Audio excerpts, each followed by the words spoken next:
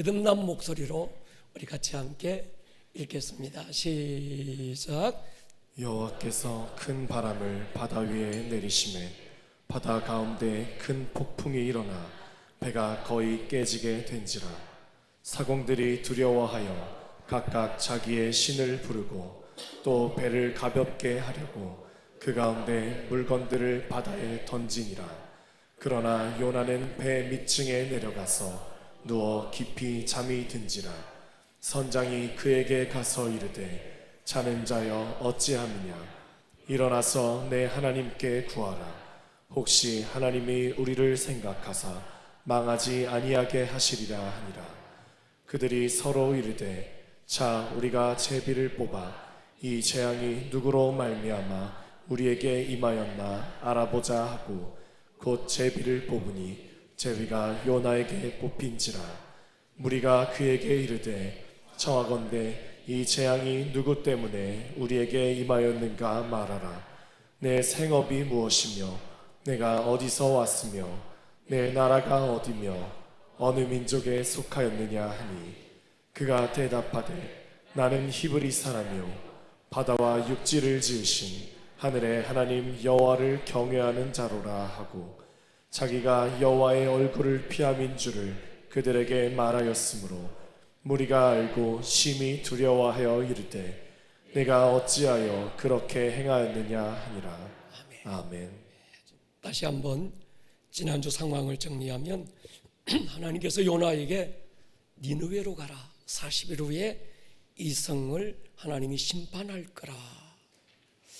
요나가 그 하나님의 말씀을 받고 적시로 니느웨로 간 게 아니라 정반대 방향인 다시스로 가기 위해서 보따리 싸서 욥바 항구로 갑니다.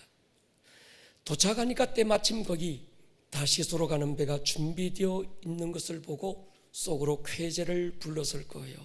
역시 이것이 하나님의 뜻이야.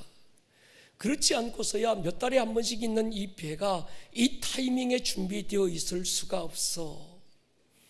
열리고 닫힌 상황을 보고 하나님의 뜻을 분별하는 건 어리석음이라고 했습니다. 성경에서 대부분의 하나님의 뜻은 닫힌 상황에서 나타났습니다. 모세에게는 홍해가 가로막았고 여호수아에게는 여리고성이 가로막았습니다. 다니엘에게는 사자굴이 가로막을 때도 있었고 다윗에게는 사울이라는 거대한 담이 가로막았습니다.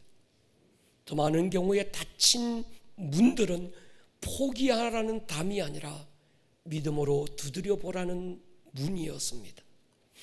그렇게 하나님의 뜻을 거역하고 도망가고 있는 요나, 배 안에 타자마자 깊은 잠에 골아떨어졌습니다.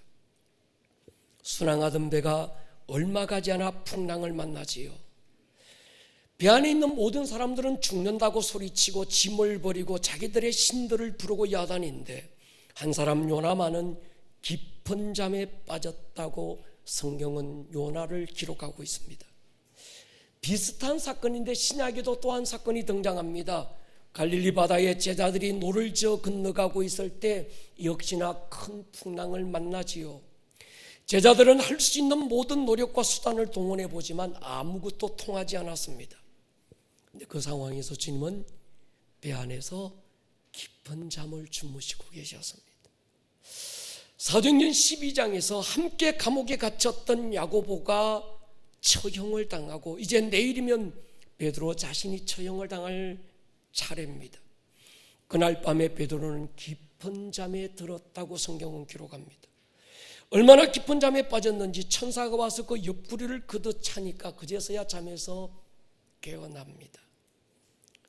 천사가 처음부터 옆구리 걷어 찰 성질 있는 천사는 아닌 것 같아요. 처음에는 이름을 불렀을 거예요. 베드로라 일어나라. 그래도 안 일어나니까 어깨를 흔들었을 겁니다. 일어나야 된대.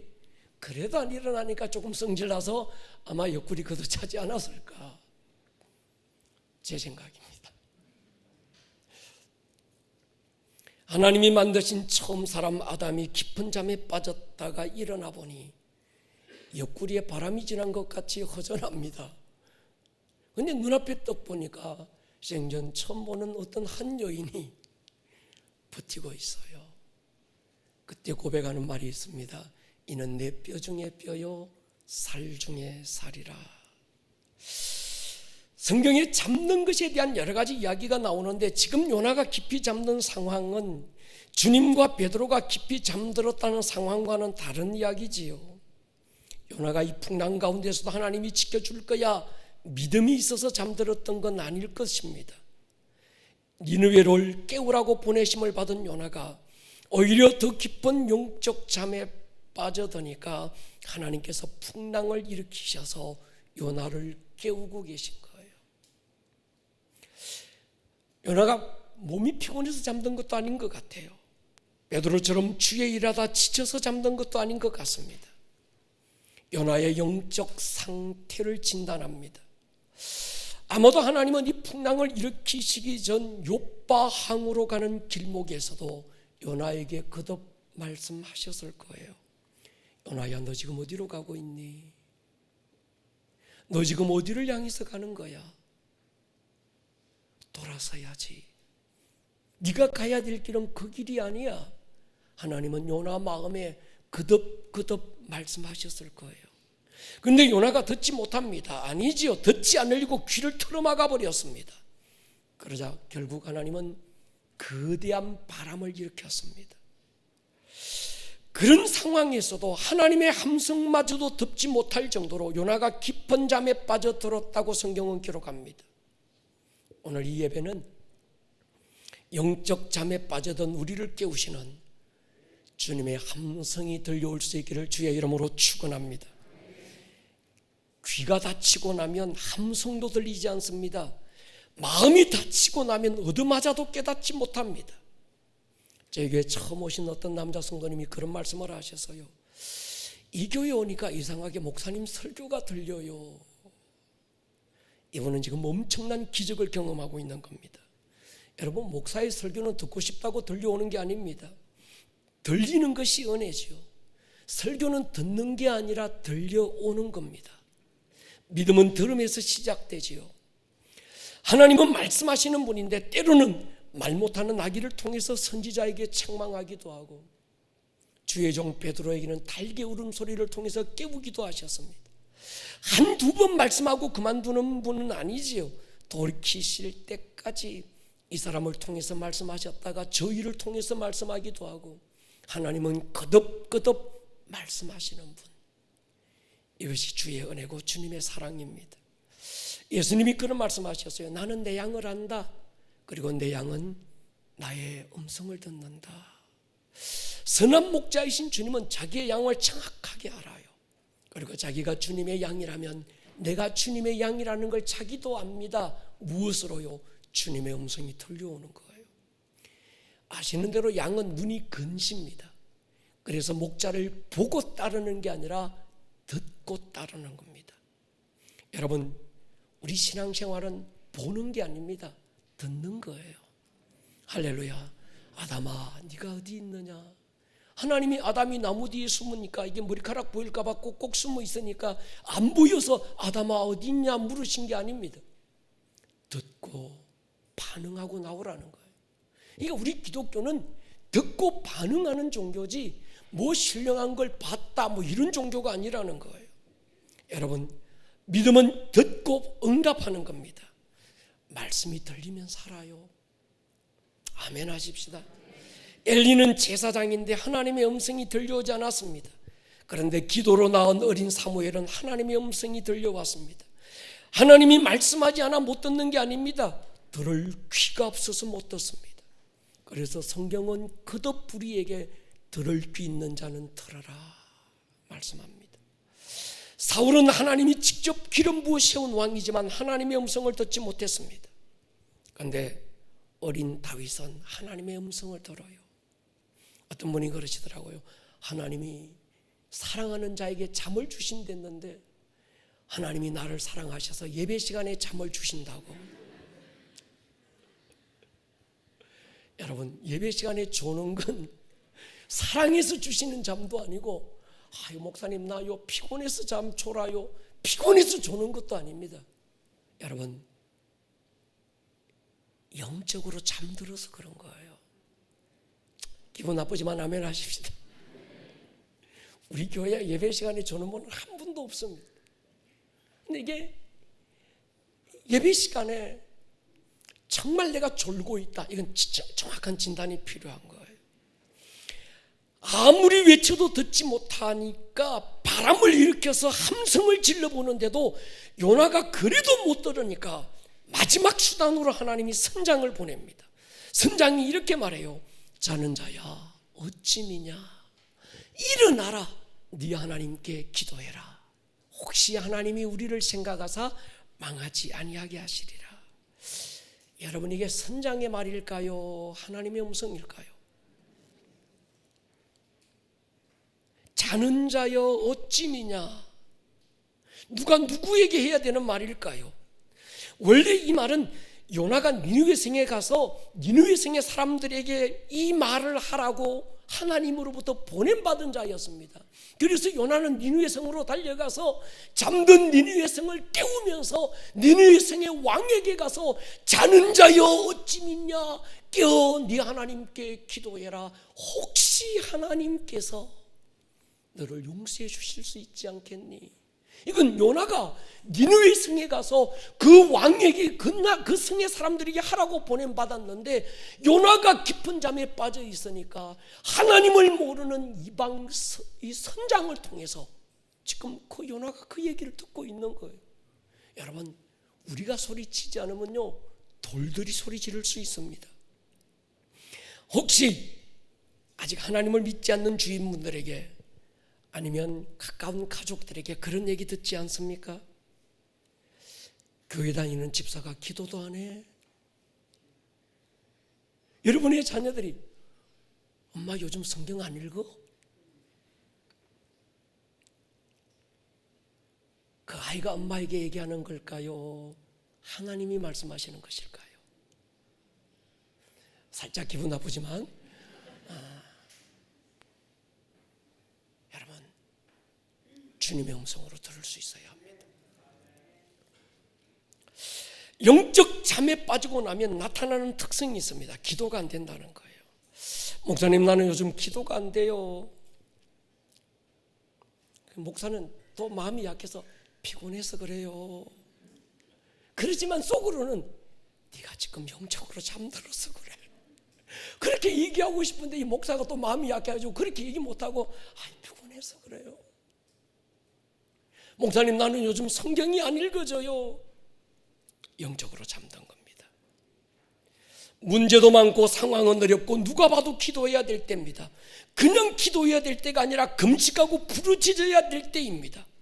그런데 걱정만 하고 한숨만 땅이 꺼져라 쉬고 있지, 기도의 자리로 뛰어나오지 못하는 이유가 뭘까요? 잠들어서 그래요.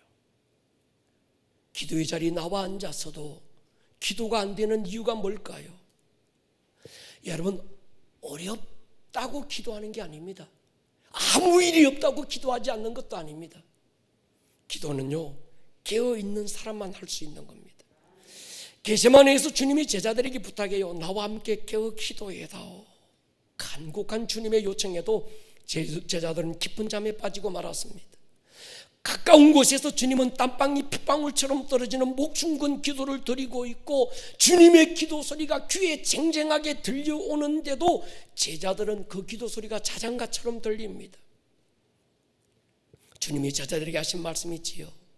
자는 자여 어찌 미냐, 깨어 기도할 수 없더냐.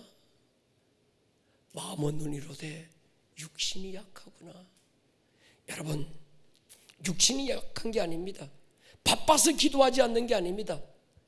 영적으로 잠들어서 그래요. 내가 영적으로 잠들었다, 또 하나의 정확한 기준이 뭘까? 성경입니다.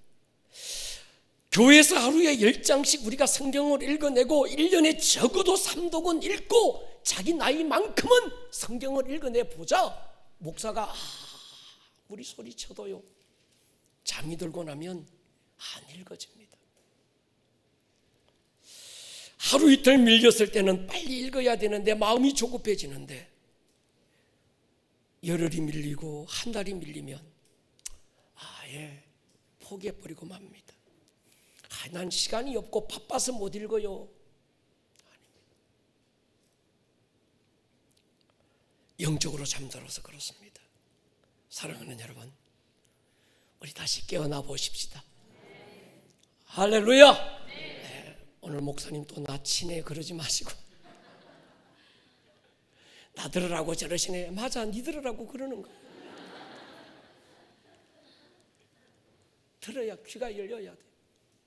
목사님이 흔들어 깨워야 되는 거야. 선장의 말을 자세히 들어보십시오. 1장 6절에 보세요. 선장이 그에게 가서 이르되 자는 자여 어찌미냐, 일어나서 내 하나님께 구하라. 혹시 하나님이 우리를 생각하사 망하지 아니하게 하시리라. 하나님을 모르는 불신자가 어떻게 이렇게 말할 수 있겠어요? 여러분, 요나서 1장 2절에 보면요, 하나님께서 요나에게 하신 말씀이 있습니다. 너는 일어나서 저 큰 성 니느웨로 가라. 그리고 지금 선장이 요나에게 너는 일어나서 내 하나님께 구해라. 여기서 일어난다라는 말은 원어도 똑같은 단어를 쓰고 있습니다. 하나님이 선장의 입을 통해서 요나에게 하신 말씀이에요. 요나서 3장 9절에 보면요, 요나의 영혼 없는 선포를 듣고 니느웨 왕이 선장과 똑같은 말을 합니다. 하나님이 뜻을 돌이키시고 진노를 그치사 우리가 멸망하지 않게 하시리라. 그렇지 않은 줄을 누가 알겠느냐. 여러분, 선장이 하는 얘기가 아닙니다. 하나님이 그 요나를 깨우려고 선장의 입을 통해서 지금 말씀하시는 거예요.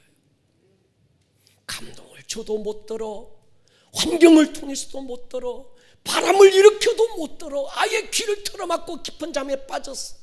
깊은 잠에 빠진 게 아니라 아예 거의 죽은 상태, 뇌사 상태에 이르는 거예요. 마지막으로 선장을 통해서 말씀하시는 거예요. 요나가 이렇게 대답하죠. 9절에 보면요, 그가 대답하되 나는 히브리 사람이요 바다와 육지를 지으신 하늘의 하나님 여호와를 경외하는 자라. 경외라는 다른 말 두려워한다, 사랑한다 그런 뜻이거든요. 여러분, 여기서 보십시오. 하나님을 두려워하는 사람이 요나입니까? 하나님을 모르는 선장입니까? 요나는 이때까지도 하나님을 두려워하지 않아요. 두려워했다면 요바로도 가지도 않을 거고, 다시스로 갈리고 마음에 묵지도 않았을 거고, 배 안에서 깊은 잠에 빠져들지도 않았을 겁니다. 지금 하나님을 두려워하는 자는 누군가 하면 하나님을 모르는 이방인 선장이 하나님을 더 두려워하고 있습니다. 여러분, 예수님을 사랑한다는 건 어떤 의미일까요? 기도 열심히 하는 것 맞습니다. 예배 열심히 잘 드리는 것 맞습니다. 그런데 예수님은 다르게 정의하셨습니다. 요한복음 14장 21절에 보면요, 나의 계명을 지키는 자라야 나를 사랑하는 자니. 요한복음 15장 10절에 보면요, 내가 아버지의 계명을 지켜 그의 사랑 안에 거하는 것 같이 너희도 내 계명을 지키면 내 사랑 안에 거하리라. 우리가 주님을 사랑한다는 것, 주님 사랑 안에 거한다는 건 한 가지입니다. 주님의 음성을 듣는다는 거예요. 할렐루야. 여러분, 부모님들에게 물어보십시오. 자녀들이 부모님을 공경하고 있다는 걸 느낄 때가 언제입니까? 우리 자식은 맛있는 거 많이 사주고요, 용돈 많이 주고요. 아니에요. 전화 한번 해주는 게 훨씬 더 공경하는 것처럼 느껴져요. 그러잖아, 그죠? 그리고 부모 말에 귀담아 순종하고 들어주는 게 그게 더 중요한 것처럼 느껴지는 겁니다. 사무엘상 2장 30절 보십시오. 그러므로 이스라엘의 하나님 나 여호와가 말하노라 내가 전에 네 집과 네 조상의 집이 내 앞에 영원히 행하리라 하였으나 이제 나 여호와가 말한다. 결단코 그렇게 하지 아니라. 하나님이 뜻을 돌이켰다는 거예요. 어떻게? 나를 존중히 여기는 자를 내가 존중히 여기고 나를 멸시하는 자를 내가 경멸하리라. 이 말씀에 배경이 있습니다.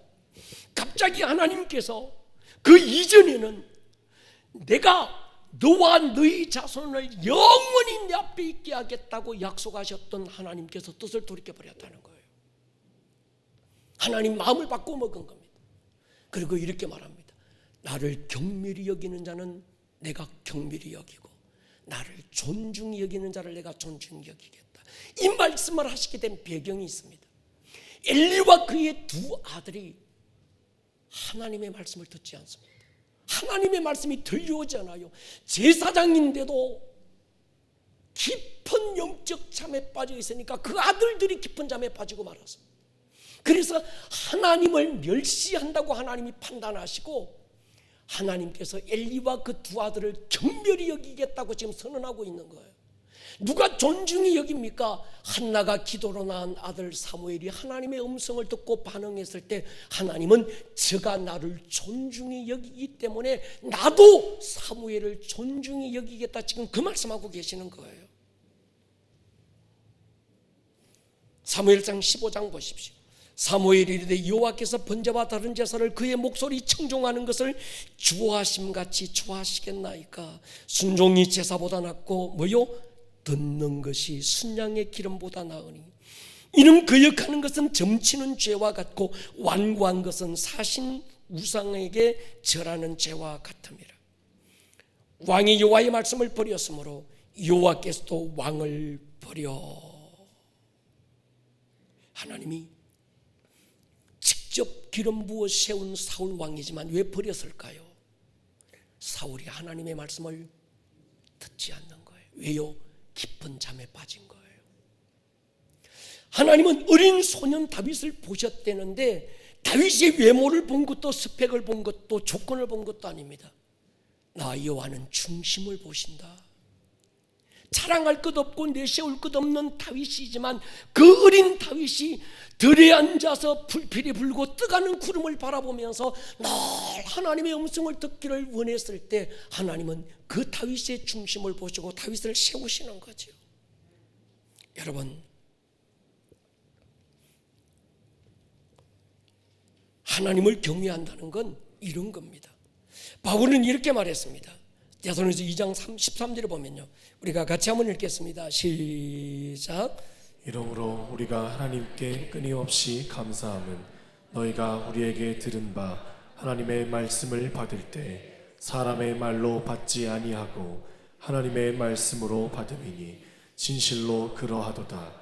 이 말씀이 또한 너희 믿는 자 가운데서 역사하느니라. 아멘. 하나님의 말씀이 사람을 통해서 전해질 때 그 말씀을 사람의 말이 아니라 하나님의 말씀으로 받은 것, 그 말씀이 역사하는 힘이 됩니다. 여러분, 하나님은 우리에게 니느웨를 말씀하시는데 끝까지 내 고집 앞세워 타시스를 고집하는 분은 없습니까? 하나님은 내게 이 일을 감동하시는데 내 욕심 끝까지 내세워서 저쪽을 바라보고 있지는 않습니까? 한 대 얻어 터질 수도 있을 것 같아서 살짝 불안하기도 한데 설마 뭐 때려 죽이겠어, 그런 마음은 없습니까?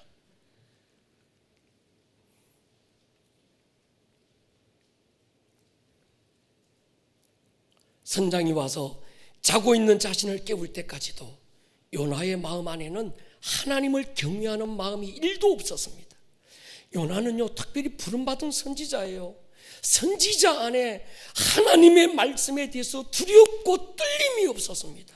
영적으로 깊이 잠든 상태를 이미 지나가 버린 거예요. 뇌사 상태에 빠진 겁니다. 감각이 없는 겁니다. 반응할 줄을 모르는 거예요. 여러분들 가운데 그런 분이 있겠습니까? 그런 분이라면 예배 자리에 앉아 있지도 않을 거지만 그러나 혹이 우리 가운데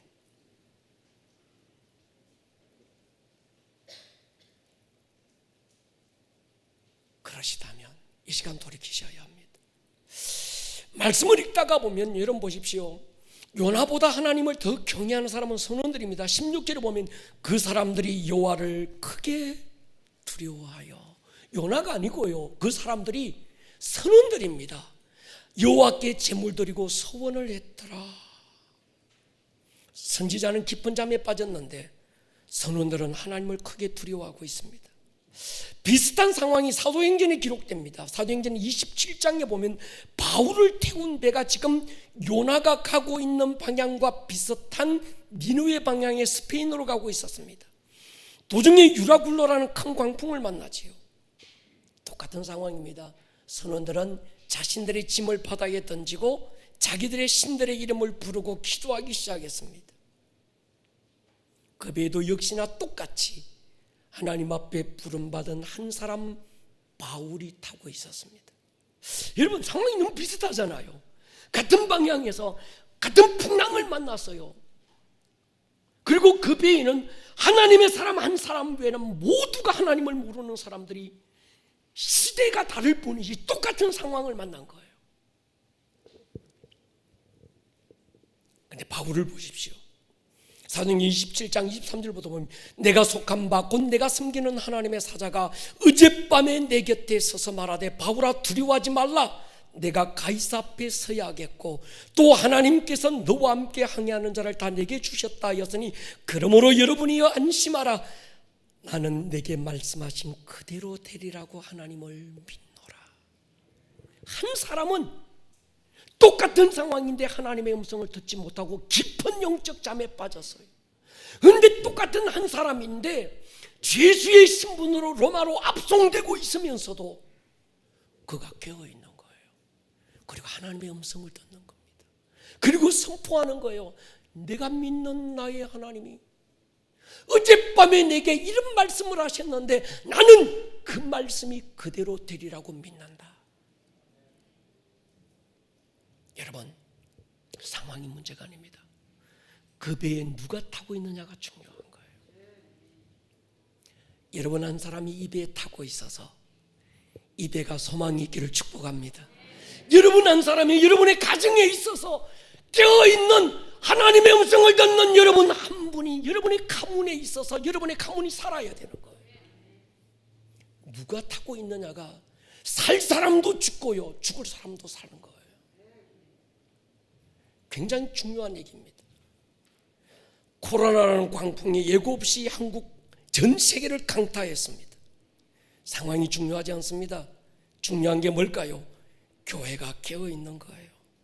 하나님의 사람들이 깨어있으면 저는 소망이 있다고 믿는 목사입니다. 교회가 깨어 기도하고 부르짖고 있으면 절망의 땅에도 소망이 있는 줄로 믿습니다. 안 된다, 힘들다, 어렵다, 상황 분석하고 타다면 답이 없습니다. 언제 인간 역사에 어렵지 않은 때가 있었고 힘들지 않고 죽기만 했던 상황이 언제 있었습니까? 코로나라는 광풍을 우리가 만났지만 이런 때 한국교회에 깨어있는 아름다운 꿈의 교회가 있으면 가능성이 있습니다. 교만해서 하는 얘기가 아니고 마음의 염원을 담은 거예요. 불어오는 바람보다 더 뜨거운 기도를 일으킬 수 있는 하나님의 한 사람이 있으면 됩니다. 제가 생각해 봤습니다. 요나가 탔던 배에 바울이 있었다면, 바울이 탔던 배에 요나가 있었다면 결론은 달라졌을 거예요. 코로나 광풍을 만난 한국교회 보십시오. 안팎으로 불어오는 바람 앞에서 교회들이 초토화됐습니다. 상황에 타협하고 안주했던 교회들은 지금 굉장히 어렵게 됐습니다. 이번 청년 캠프에 가서 한국 다음 세대를 리드하고 있는 그 조지훈 목사님이 제 식사하면서 그런 얘기하더라고요. 목사님, 자기가 지금 그 대담을 하고 왔는데 큰 집회 행사에서 한국의 코로나 이후에 대형 교회들은 예배에 복귀한 그 퍼센트지가 40%밖에 안 된대요. 나머지 60%는 교회를 떠났다는 거예요. 그 제가 무슨 인터넷으로도 예배하고 있지 않습니까? 그 사람들도 시간이 이렇게 길어질 줄 몰랐다는 거예요. 점점 하나님과 멀어져 가더라는 거예요. 사랑하는 여러분, 어른들은 그래도 괜찮습니다. 가장 치명적인 타격을 입은 세대는 다음 세대입니다. 우리 아이들이 교회를 완전히 떠나고 말았습니다. 광풍을 만난 게 문제가 아니라 영적으로 깊이 잠든 게 무서운 재앙이었습니다. 우리 다음 세대 아이들은요, 코로나에 예배를 완전히 빼앗기고 말았습니다. 어른들은 그래도 우리 교회인데 내 교회야 이런 마음이라도 있는데 우리 청년 세대는 그런 것도 없습니다. 청소년 세대 아이들 훨씬 더 그렇습니다. 모든 청년 청소년들 캠프에 불이 꺼졌습니다. 이런 청년들, 우리 교회 청년들 보십시오. 어제까지 모여서 그 엔케렘 조그마한 그 넓은 강당은 너무 비싸게 달라고 그래서 그 N캐는 그 지하에 넓은 강당이 2개인데 텅텅 비어 있어요. 우리는 돈이 없으니까 조그마한 쪽방 같은 세미나실에 모여서 이 애들이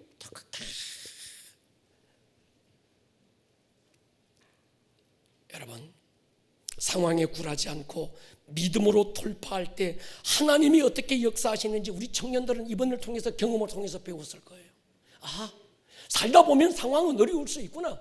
살다 보면 상황은 힘들 수 있구나. 캄캄하게 터널을 지나는 듯이 어둡게 보일 수 있구나. 그러나 그때도 상황과 타협하지 않고 믿음을 붙들고 돌파하면 우리 목사님 가는 거 보니까 우리도 하면 되겠더라야. 이번에 캠프 해보니까 하나님이 이루시더라야.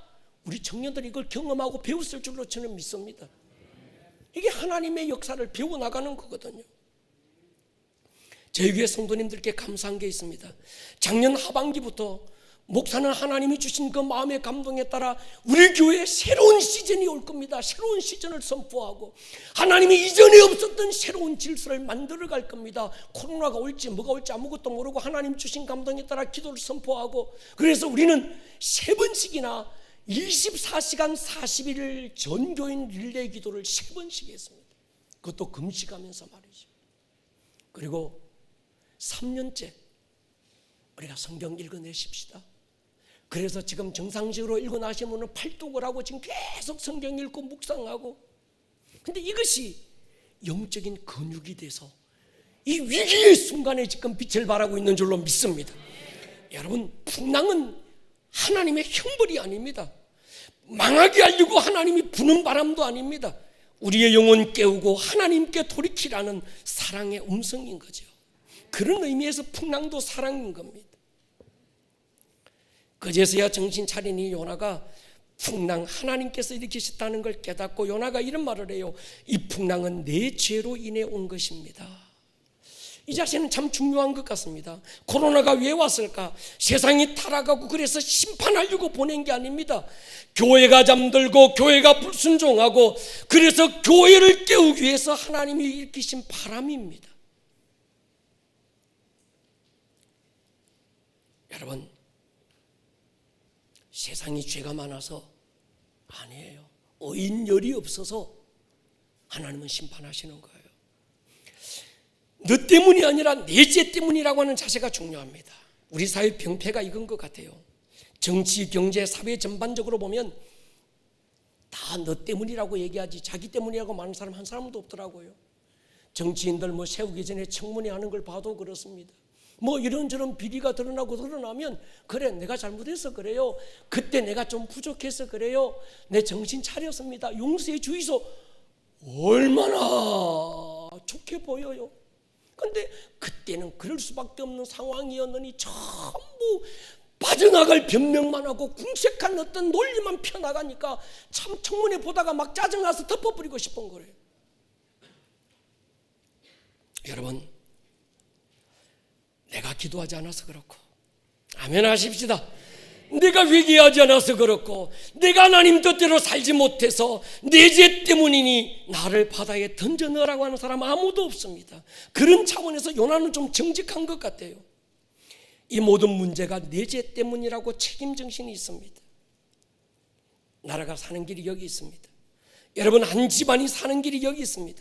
남편은 남편대로, 아내는 아내대로, 자녀들은 그들대로 이 모든 문제가 내가 잘못해서 그렇고 내 죄 때문이니 나 하나 죽지 못하고 팔팔하게 살아있어서 내가 아직 덜 죽어서 그렇다고 나 죽으면 될 거라고 얘기하는 사람 아무도 없는 거예요. 여러분, 우리는 그렇게 고백하십시다. 기분 나쁘지만 따라 하십시다. 내 때문입니다. 내 죄 때문이에요. 내가 잘못해서 그래. 내가 회개할 거예요. 예수님도 그렇게 말씀하셨거든요. 남의 눈에 티가 보이면 네 눈에 들보가 있다는 걸 깨달으라는 거예요. 여러분, 아무나 남의 눈에 티가 안 보입니다. 지 눈에 거대한 들보가 있어야 그제서야 남의 눈에 티가 보이는 거예요. 여러분들 볼 때 저 사람 때문에 저 사람이 잘못했다. 내가 훨씬 더 큰 죄가 있는 거예요. 혹시 삶에서 불어오는 바람에 힘든 분 없습니까? 하나님의 징계처럼 보이는 것으로 아파하는 분은 없습니까? 그게 물질 문제든 자녀 문제든 아니면 건강의 바람이든 간에 기억하십시오. 그것도 하나님의 사랑입니다. 하나님의 심판으로 오해하지 마십시오. 여러분 보십시오. 하나님의 자비는 이해가 안 될 정도로 위대한 것 같아요. 하나님의 은혜, 하나님의 사랑은 무엇라고 표현할 길이 없는 것 같아요. 요나 바람 일으키셔서 선장을 통해서 또 말씀하셔서 막 그것도 하나님의 사랑이라면 독생자 예수를 어긋진 나무 토막에 걸어놓고 가슴을 찢고 피를 쏟아내놓은 그 큰 사랑의 함성은 얼마나 더 크냐는 거예요. 할렐루야. 제 생각인데 요나가 욥바로 가던 길에 돌이켰다면 다른 사람 그렇게 고생할 이유가 없었을 겁니다. 욥바로 가는 길에도 끊임없이 요나에게 말씀하셨는데 이 요나가 하나님의 음성에 귀 닫고 마음 닫고 결국 타시스로 가는 배를 타고 요나 하나 때문에 많은 사람들이 재산 잃고 죽을 위기를 만납니다. 여러분, 언제가 돌이킬 때입니까? 지금입니다. 할렐루야. 한번 생각해 보십시오. 요나가 지금 뭐라고 그러는가 하면 이 모든 책임이 나에게 있고 나 때문에 일어난 일이니 나 하나 바다에 던지면 모든 것이 깨끗하게 끝난다. 정신은 좋은데 틀렸습니다. 하나님의 뜻은 그래요. 이게 내 때문입니다. 나 하나 죽으면 됩니다. 이게 아니라는 거예요. 내 죄 때문입니다. 나 때문에 그렇습니다. 그 다음에는 나 하나 바다에 던지십시오가 아니고 내가 하나님 앞에 무릎 꿇고 회개하겠습니다. 할렐루야. 이것이 하나님의 뜻이라는 거예요. 여러분 보십시오. 심층이 바다에 던지는 것하고 지금 하나도 다른 게 없습니다. 자신을 바다에 던져서 신의 노여움을 푸는 건 인신제사라 그래서 이방신들이나 하는 짓입니다. 하나님이 원하는 건 인신제사가 아니라 회개입니다. 하나님 나 잘못했습니다. 무릎 꿇는 겁니다. 만약에 요나가 그 자리에서 회개하고 자복했다면 요나는 바다에 던져지지 않았을 거예요. 하나님은 다른 방법으로 그 배의 선장의 마음을 하나님께서 막 움직이셔서 그러나 네 때문이가 야 지금이라도 고백이 줘서 고맙대. 내가 너를 니느웨까지 데려다 줄게 해가지고 배 태워가지고 니느웨로 데려다 줬을 것 같아요. 근데 요나가 나 하나 바다에 집어 던지십시오. 자세가 안 좋은 거지요. 니느웨 왕의 말을 들어보십시오. 3장 9절에 보면요, 하나님이 뜻을 돌이키시고 그 진노를 그치사 우리가 멸망하지 않게 하시리라. 그렇지 않을 줄을 누가 알겠느냐. 이건 니느웨 왕이 한 얘기인데 요나가 해야 되는 말인 거예요. 할렐루야. 자신이 지금 그렇게 회개하는 것은 하나님께서 자신의 회개하는 모습을 보시고 뜻을 돌이키사 진노를 그치실 것이다. 하나님이 이렇게 말씀합니다. 10절에 보면요, 하나님이 그들이 행한 것 곧 그 악한 길에서 돌이켜 떠난 것을 보시고 하나님이 뜻을 돌이키사. 이 한마디가 굉장한 무게가 있습니다. 니느웨 왕의 회개를 보고도 요나가 가서 선포하잖아요. 하나님이 성심판할 겁니다.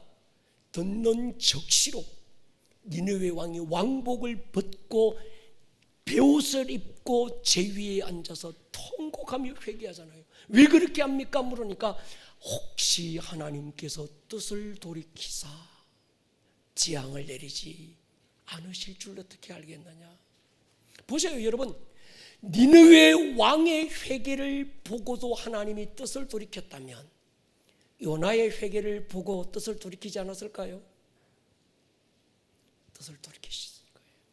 그가 얼마나 큰 죄를 지었던, 그가 얼마나 악한 죄를 지었던, 얼마나 영적 깊은 잠에 빠졌던 그것과는 아무 상관없이 주님은 용서하실 거예요. 여러분, 이런 지경이 되기까지 요나는 기도 안 씁니다. 기도는 누가 합니까? 14절에 보면요, 무리가 여호와께 부르짖어. 여기 무리가 요나가 아니고 성원들을 얘기하는 겁니다. 여호와여 구하고 구하오니 이 사람의 생명 때문에 우리를 멸망시키지 마옵소서. 여호와께서는 주의 뜻대로 행하심이니이다. 영적으로 깊은 잠에 들면요, 선원들의 기도 소리를 듣고도 요나는 기도하지 않습니다.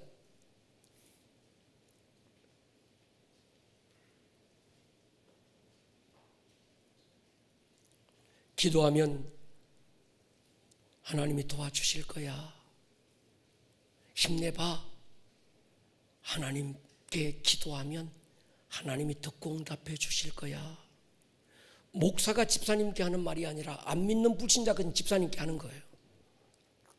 이 얘기가 목사가 집사님 기도해 보십시오. 하나님이 듣고 응답하실 겁니다. 이게 아니고 철없는 애가 엄마한테 지금 그 얘기하는 거예요. 엄마 기도해봐. 하나님이 응답할 거야. 주님의 목소리인 거죠. 여러분, 선지자가 불신자한테 지금 이 얘기 듣고 있는 거예요. 선지자가. 여러분, 장로님이면 믿음이 좋을까요? 그러지 않을 수도 있지 않을까요? 권사님이면 내가 권사인데 근데 새신자보다 믿음이 없을 수도 있지 않을까요? 먼저 된 자가 나중 될 수도 있지 않을까요?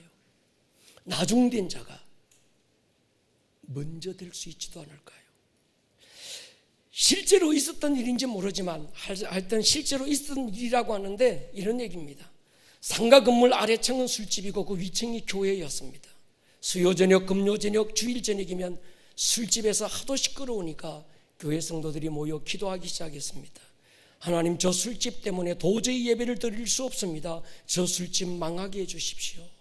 몇 달 후에 그 술집이 진짜 망했습니다. 술집 주인이 교회에다가 고소를 했습니다. 자기들이 망한 건 교회가 기도했기 때문이라는 거예요. 법원에서 목사님과 술집 주인을 불렀습니다. 판사가 목사님께 물었어요. 지금 술집 주인은 교회가 기도해서 자기들이 망했다고 진술하는데 목사님, 당신 생각은 어떻습니까? 목사님이 이렇게 대답합니다. 판사님, 교회가 기도한 건 사실인데 기도한다고 진짜 망하겠습니까? 여러분, 혹시 안 그러십니까?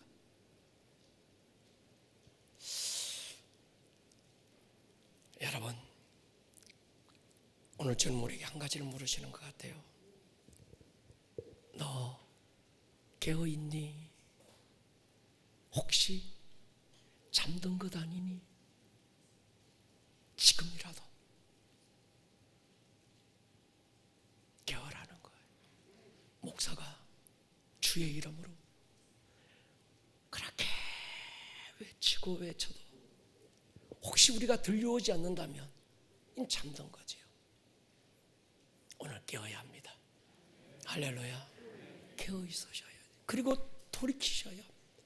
그러면 하나님께서 뜻을 돌이키사 오늘 하나님이 뜻을 돌이키시는 예배가 될 수 있기를 주의 이름으로 축원합니다. 머리를 한번 숙여 보십시다.